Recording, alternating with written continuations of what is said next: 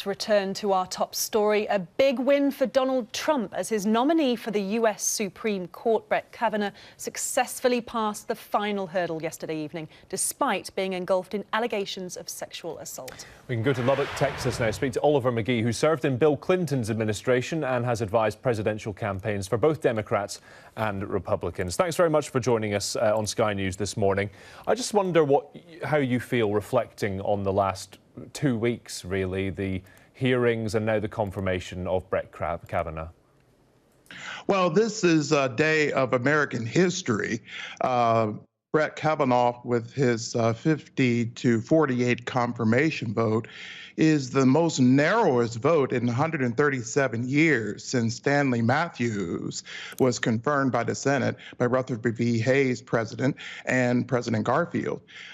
This was really a referendum on the SCOTUS, but also POTUS on the upcoming midterm elections. This is very unusual for the Democrats to overreach like this because President Trump has been placed on the ballot in the midterm elections. And so I think what we're going to see is the same type of divided election along the county lines versus the urban centers that we saw in the 2016 election, remarkably.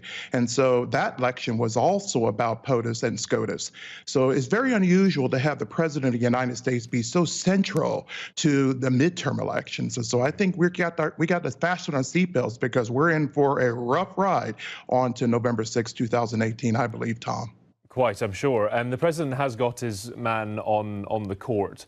What of the hundreds, if not thousands, of protesters on the other side of this argument who think that this is a president who doesn't listen to women? This is potentially a man, Brett Kavanaugh, who doesn't listen to women and women who've experienced sexual assault. What of that divide in American society? Well, I think we saw the same type of issues and concerns on the emotional side in the 2016 election, Tom. I think women's issues are always very important, but what's so interesting, right now polls are showing that the 10-point lead by Democrats has been narrowed by 2, and that's being driven by suburban women. Tom, I think suburban women in their households are saying, when we watch the Kavanaugh confirmation process, how could we talk about that with their children at the dinner table? And that is the big divide that we're seeing right now. Urban women find these issues very, very important, but suburban women are really about families and children, and they couldn't have that conversation that was taking place in a circus of the confirmation process at the family dinner table. I think that's what you're seeing right now.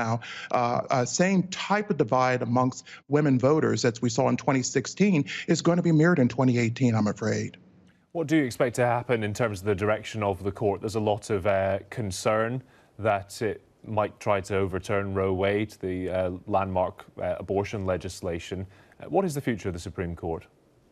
Well, right now it has a conservative bent at 5-4, and typically when jurists are considering cases, and particularly with Brett Kavanaugh on there and Neil Gorsuch, they're going to look at the issues and the facts associated with the case and really be thoughtful jurists. And oftentimes we see Supreme Court justices, Tom, evolve over time.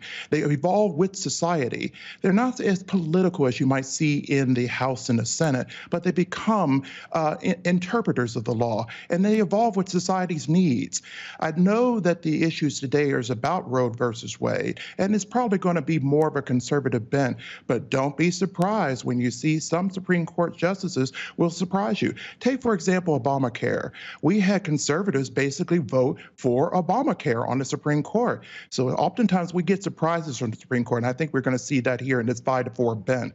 But if the court shifts over after Ruth Bader Ginsburg retires to, say, a 6-3 bent, then we're going to see a real stronger societal change right now, as we're seeing in the 5-4 court. Okay, Oliver, thanks for giving your analysis of the situation. Appreciate your time. Thank you very much for having me this morning, Tom.